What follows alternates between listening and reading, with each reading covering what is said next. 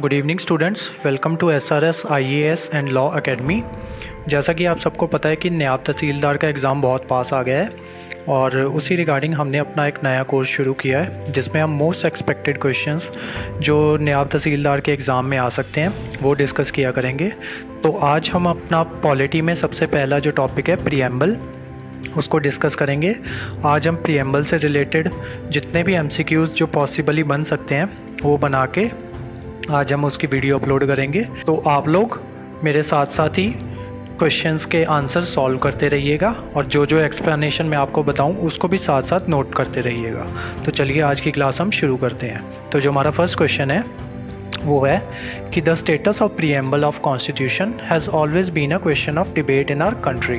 The present opinion of Supreme Court about the status of preamble is that, first option है it is a part of constitution but cannot be amended.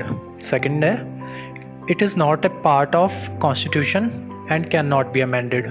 Third है it is a part of constitution and can be amended. और fourth है it is not a part of constitution but can be amended. अब ना preamble करने से पहले ना मैं आपको कुछ बातें बतानी चाहता हूँ प्रीएम्बल के बारे में।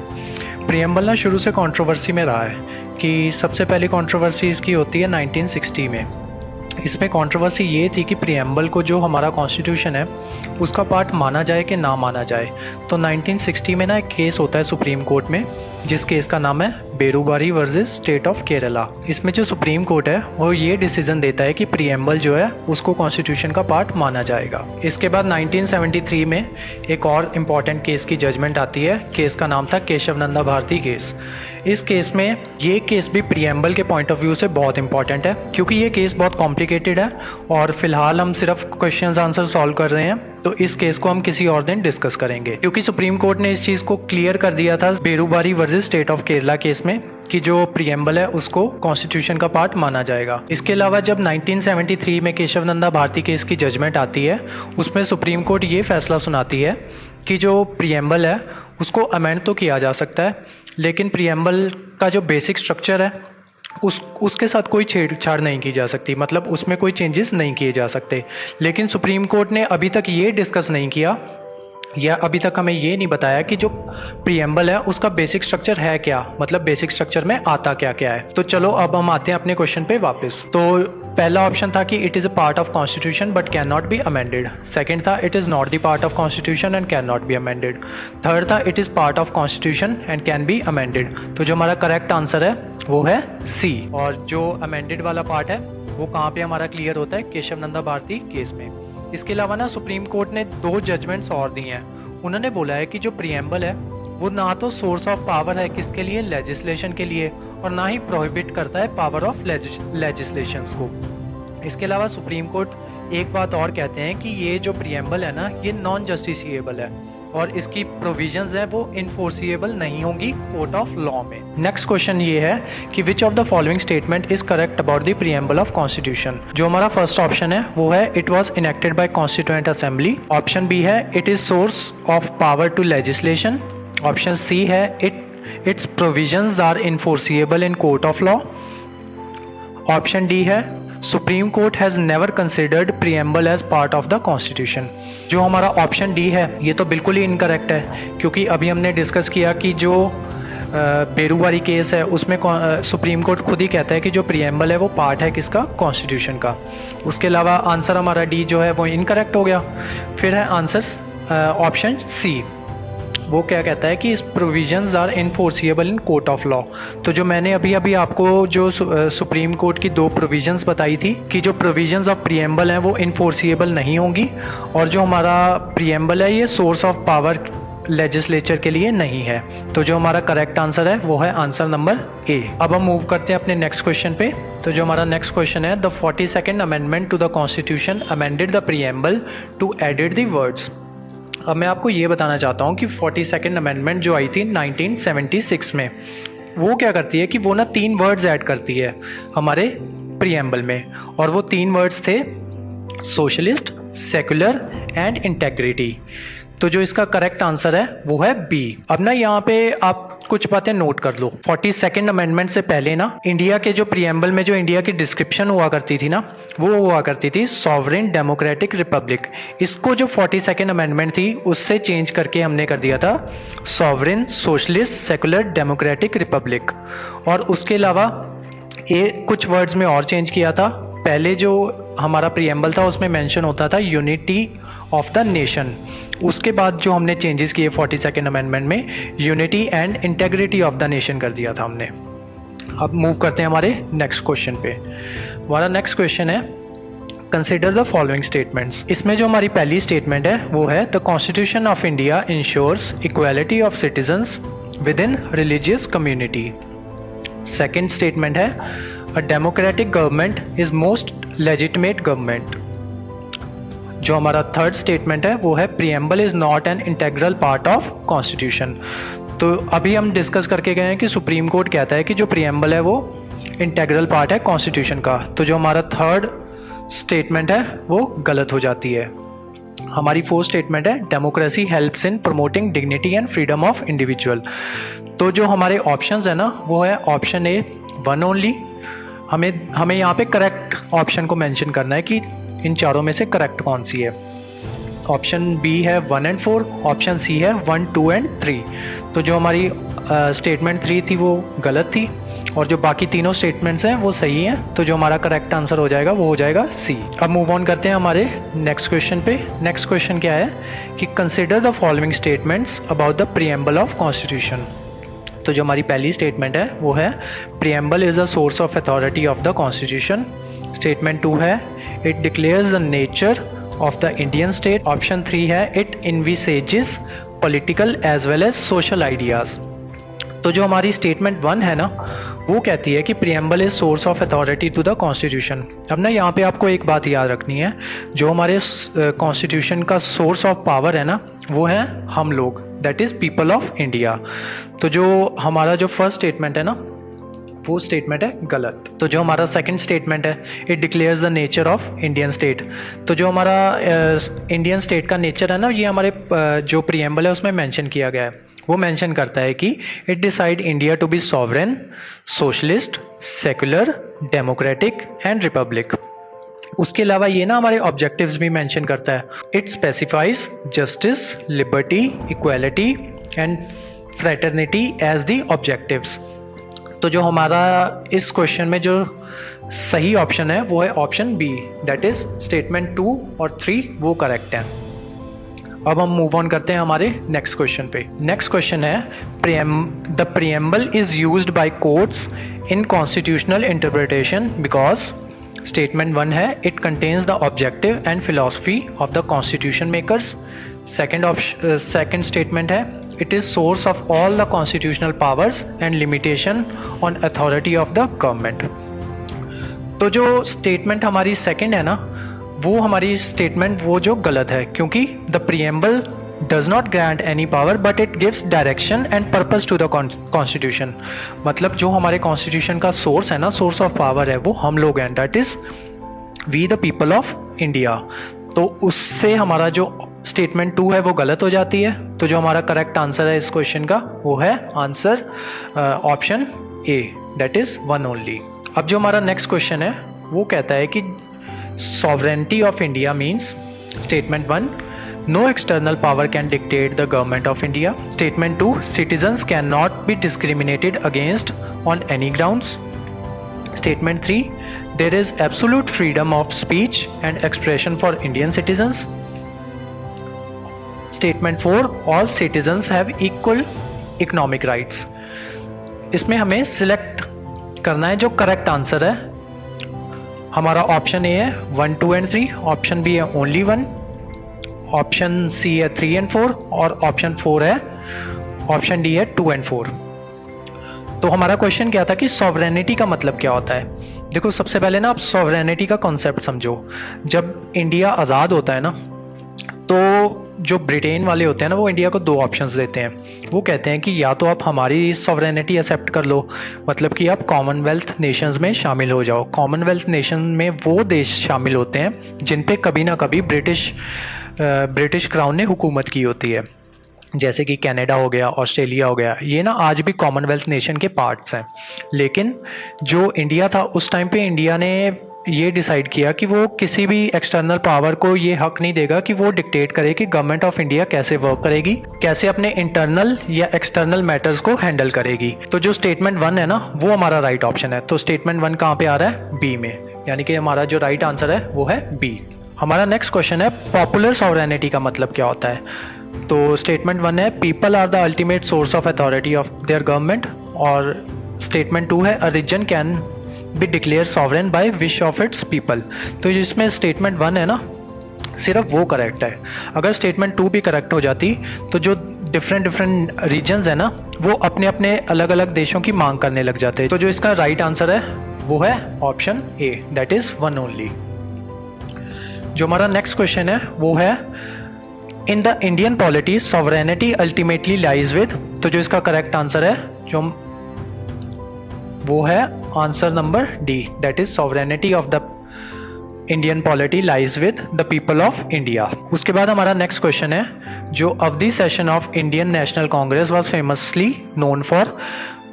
स्टेटमेंट 1 है adopting a resolution to establish a socialistic pattern of society. Statement 2 है the kind of socialistic practice that is enshrined in the preamble is that of state socialism. और स्टेटमेंट 3 है Indian socialism is a blend of Marxism and Leninism. तो जो अवधि session हुआ था ना, वो हुआ था 1955 में। इसी के बाद ना हमारा सेकेंड 5 ईयर प्लान आता है जो होता है 1956 से 61 के बीच में, जिसको क्या कहा जाता है? मैनोलॉबिस मॉडल भी कहा जाता है। पंडित जवाहरलाल नेहरू जी, वो ना थोड़े उनका जो थोड़ा टिल्ट था ना, वो सोशलिज्म की तरफ ज़्यादा था। तो सेकेंड 5 ईयर प्लान के दौरान आप ये भी नोट करोगे कि जो हमारा टिल्ट था ना, वो एकदम से इंडस्ट्रियलाइजेशन की तरफ मूव होता है। हम रशिया जैसी स्टेट के साथ मिलके हम पावर प्लांट्स लगाते हैं, स्टील मिल्स लगाई जाती हैं, हमारी इंडस्ट्रियल पॉलिसी उस टाइम पे आती है। तो अब हमारा जो इसमें जो क्वेश्चन है ना, इसका जो करेक्ट आंसर है कि जो अवधि सेशन 1955 में हुआ था, वो उसने क्या किया था कि उसने ना रेजोल्यूशन अडॉप्ट किया था कि जो हमारी इंडियन सोसाइटी होगी ना, वो सोशलिस्टिक पैटर्न ऑफ सोसाइटी को फॉलो करेगी। तो जो इसका करेक्ट आंसर है वो है सी, दैट इज 1 ओनली। अब नेक्स्ट क्वेश्चन पे मूव करते हैं। India is a democratic republic because state option 1 there is a independence of judiciary, option 2 the head of state is elected by the people, option 3 there is a distribution of power between centre and states, option D there is a parliamentary supremacy. तो जो हमारा India है ना, उसको democratic Republic कहने का reason यही है कि जो इंडिया का हेड ऑफ स्टेट है ना, उसको इलेक्ट करने वाले पीपल हैं, that is we the people of India. तो जो इसका करेक्ट ऑप्शन है वो है बी। हमारा नेक्स्ट क्वेश्चन है which of the following is slash are the desirable characteristics of the secular society in India. Statement 1 है one religious community does not dominate another. Statement 2 है some members do not dominate other members of the same religious community. Statement 3 है state does not interfere at all in the religious activity. अब ना यहाँ पे आप छोटा सा concept समझिए, जो इंडियन सेकुलरिज्म है ना, वो ना एक बैलेंस डिस्टेंस मेंटेन करके रखता है सभी रिलीजन से। हमारा जो सेकुलरिज्म है ना, उसमें जो इंडियन गवर्नमेंट है या गवर्नमेंट ऑफ इंडिया है या फिर इंडियन लेजिस्लेचर है, वो एक बैलेंस डिस्टेंस मेंटेन करके रखती है। इसको ना आप इस तरीके से समझिए, जैसे इंडिया में बहुत से रिलीजन्स हैं, जैसे सिखिज़्म है, अब हमें लोहड़ी पे छुट्टी होती है, तो इसका मतलब ये नहीं है कि वो सिर्फ सिखों को छुट्टियां दे रहे हैं। मान लो मुस्लिम है, जब ईद आती है तो हमें ईद की भी छुट्टी की जाती है। उसके अलावा हिंदू रहते हैं हमारे साथ, तो जब दिवाली आती है या हिंदू के अदर फेस्टिवल्स आते हैं तब वहाँ पे भी छुट्टी की जाती है। उसके अलावा क्रिश्चियंस हैं तो क्रिसमस पे हमें छुट्टी की जाती है। मतलब इंडिया जो है या इंडियन गवर्नमेंट है, वो ऐसे नहीं करती कि इनके रिलीजियस एक्टिविटीज़ में इंटरफेयर करती रहे, वो ऐसे भी नहीं करती कि बिल्कुल भी इंटरफेयर ना करे। वो एक बैलेंस डिस्टेंस मेंटेन करके रखती है कि जहाँ पे इंटरफेयर करने की ज़रूरत है वो वहाँ पे इंटरफेयर भी करती है। इसका एग्जांपल मैं आपको ऐसे देता हूँ, जैसे आप अपना रिलीजन को प्रमोट करने के लिए आप ऐसे नहीं कर सकते कि आप पूरी रात भर आप लाउड स्पीकर लगा के अपने रिलीजन को प्रमोट करते रहो। उसमें गवर्नमेंट इंटरफेयर कर सकती है, मतलब ऐसे कुछ मामले हैं जहाँ पे गवर्नमेंट इंटरफेयर भी करती। तो जो इसका हमारा जो करेक्ट ऑप्शन है, हमें यही टिक करना था कि इसमें सही ऑप्शन कौन सा है। तो जो हमारा थर्ड ऑप्शन था वो गलत था। वो गलत इस वजह से है, जो हमारी थर्ड स्टेटमेंट थी वो गलत थी। वो गलत इस वजह से है क्योंकि वो कहते हैं कि state does not interfere at all in religious activities. तो जो इसका हमारा जो करेक्ट ऑप्शन बनता है वो बनता है ए, दैट इज़ 1 और 2। अब हमारा जो नेक्स्ट क्वेश्चन है वो है Indian constitution explicitly contain which of the following provisions for exercising direct democracy? Statement 1 है रेफरेंडम, स्टेटमेंट 2 है प्लेबिसाइट, स्टेटमेंट 3 है रिकॉल, स्टेटमेंट 4 है इनिशिएटिव। अब इसमें से हमें करेक्ट ऑप्शंस चूज करने हैं। सबसे पहले ना आप इन चारों का मतलब समझ लो। रेफरेंडम किसको कहते हैं, प्लेबिसाइट किसको कहते हैं, रिकॉल किसको कहते हैं और इनिशिएटिव किसको कहते हैं। रेफरेंडम और प्लेबिसाइट में ना लोगों द्वारा वोटिंग करवाई जाती है, लेकिन दोनों में ना माइनर सा डिफरेंस होता है। मान लो कि लेजिस्लेचर ना कोई बिल लेके आई है और वो कहती है कि लोग वोट करें कि इस बिल को पास किया जाना चाहिए कि नहीं पास किया जाना चाहिए। तो इसमें क्या होगा कि लोगों द्वारा वोट करवाई जाएगी। अगर तो वोटिंग 50% से ज़्यादा हो जाएगी फिर तो उस बिल को पास कर दिया जाएगा। अगर वोटिंग 50% से कम होगी तो उस बिल को पास नहीं किया जाएगा। अगर तो ये बिल इंट्रोड्यूस किया जाए लेजिस्लेचर के द्वारा तब तो इसको बोला जाएगा रेफरेंडम। अगर ऐसा ही कोई बिल लोग अपनी मर्जी से ले आएँ उसको कहा जाएगा प्लेबिसाइट। अब समझते हैं रिकॉल को। रिकॉल का मतलब ये होता है कि मान लो कि हमने वोटिंग की और अपना एक रिप्रेजेंटेटिव हमने भेज दिया लेजिस्लेटिव असेंबली में, लेकिन बाद में क्या होता है कि मान लो लोगों को वो रिप्रेजेंटेटिव पसंद नहीं आता। तो जो डायरेक्ट डेमोक्रेसी होती है उसमें इस बात की प्रोविज़न होती है कि मान लो लोगों को अगर अपना रिप्रेजेंटेटिव पसंद नहीं आ रहा ना तो वो उसको रिकॉल कर सकते हैं। और चौथा होता है इनिशिएटिव। इसमें क्या होता है कि लोग खुद से एक बिल प्रपोज करते हैं और वो बिल जाता है लेजिस्लेचर में और फिर उस bill pay legislative assembly voting करती है और उस बिल को पास करवाया जाता है। अब क्वेश्चन ये था कि Indian constitution explicitly contains which of the following provision for exercising direct democracy. अब यहाँ पे बात ये है कि इंडिया में डायरेक्ट डेमोक्रेसी है ही नहीं, इंडिया में इनडायरेक्ट डेमोक्रेसी चलती है। तो जो हमारा इसमें करेक्ट ऑप्शन है वो है D, that is none of the above. अब हमारा नेक्स्ट क्वेश्चन है which of the following from the constitution is or are specially relevant to the social justice and empowerment. तो जो हमारी फर्स्ट स्टेटमेंट है वो है प्रीएम्बल, स्टेटमेंट 2 है फर्स्ट शेड्यूल, स्टेटमेंट 3 है थर्ड शेड्यूल, स्टेटमेंट 4 है फंडामेंटल राइट्स, स्टेटमेंट 5 है directive principles of state policy. तो जब आप प्रीएम्बल पढ़ते हो ना तो वहाँ पे सोशल जस्टिस की बात और एम्पावरमेंट की बात की जाती है। उसके अलावा जब हम फंडामेंटल राइट्स पढ़ते हैं तो वहाँ पे राइट टू इक्वालिटी की बात की जाती है आर्टिकल 14 में। उसके अलावा right to life and liberty की बात की जाती है आर्टिकल 21 में। और उसके अलावा सोशल जस्टिस की बात की जाती है। और मतलब जो हमारा प्रीएम्बल वाला स्टेटमेंट है वो करेक्ट हो गया, स्टेटमेंट 1 वो करेक्ट है। उसके अलावा स्टेटमेंट 4 भी हमारी करेक्ट है। और जो हमारा ऑप्शन 5 स्टेटमेंट 5 है directive principles of state policy. तो इसमें ना सोशलिस्टिक प्रिंसिपल्स आ जाते हैं, गांधीयन प्रिंसिपल आ जाते हैं और लिबरल एंड इंटेलेक्चुअल प्रिंसिपल्स आ जाते हैं। जो सोशलिस्टिक प्रिंसिपल्स हैं वो स्पेशली सोशल जस्टिस की बात करते हैं और एम्पावरमेंट की बात करते हैं। उसके अलावा गांधीयन प्रिंसिपल्स भी इसी चीज़ की बात करते हैं। तो मतलब हमारा जो स्टेटमेंट 5 है वो भी करेक्ट है। इसके अलावा जो शेड्यूल 1 है ना वो सिर्फ बात करता है कि नेम ऑफ स्टेट्स की और टेरिटोरियल जुरिस्डिक्शन की, और जो शेड्यूल 3 है वो सिर्फ बात करता है ओथ्स एंड अफर्मेशन की। तो जो हमारा इसमें करेक्ट ऑप्शन होगा वो होगा 1, 4 एंड 5। तो जो हमारा करेक्ट आंसर है इसमें वो है सी। अब नेक्स्ट क्वेश्चन पे मूव ऑन करते हैं। क्वेश्चन नंबर 26 है social justice is one of the ideals enshrined in the preamble of the governance which of the following are correct with regard to social differences that occur in a society। तो जो statement 1 है वो है all kind of social differences are based on the accident of birth।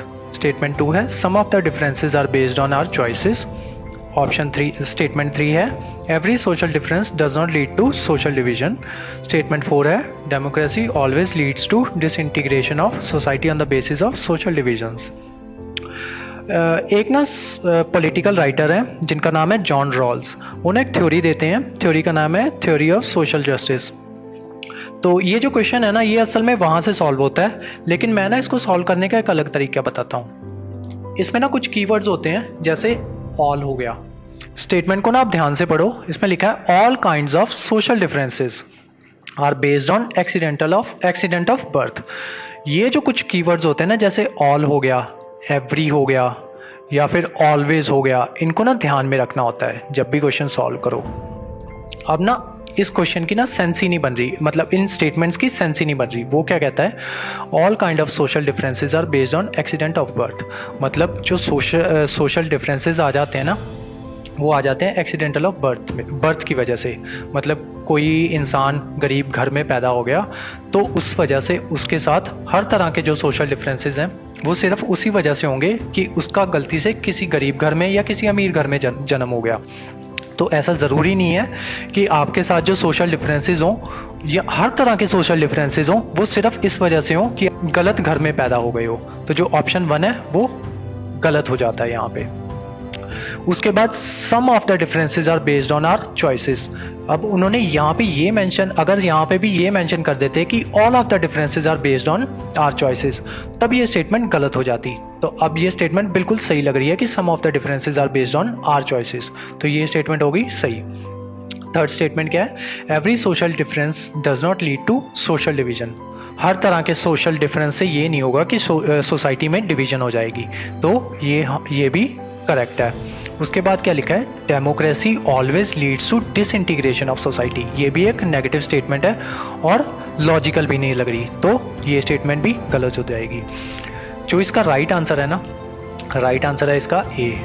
और जो इसका right answer है वो असल में निकलना था, वो जो थ्योरी ऑफ सोशल जस्टिस मैंने आपको बताई थी ना, जॉन रॉल्स की, असल में उसका आंसर वहाँ से निकलना था, लेकिन इसको कॉमन सेंस से निकाला जा सकता था, तो मैंने आपको वैसे निकाल के बता दिया। अदरवाइज़ भी इसका करेक्ट आंसर ए ही है। तो इसी के साथ आज की क्लास ख़त्म होती है। आप हमारा चैनल सब्सक्राइब करें, इसी तरह की और वीडियोस के लिए। हम और वीडियोस ऐसी डालते रहेंगे जब तक एग्ज़ाम नहीं आ जाता। हम कोशिश करेंगे कि डेली की 2-2 वीडियोस भी डालें। उसके अलावा जो इस क्लास के नोट्स हैं वो आपको हमारे टेलीग्राम चैनल पे मिल जाएंगे, इसका लिंक हम डिस्क्रिप्शन बॉक्स में डाल देंगे। उसके अलावा आप इस नंबर पे कांटेक्ट भी कर सकते हैं अगर आप किसी गवर्नमेंट एग्ज़ाम की प्रिपरेशन करना चाहते हैं। Thank you so much.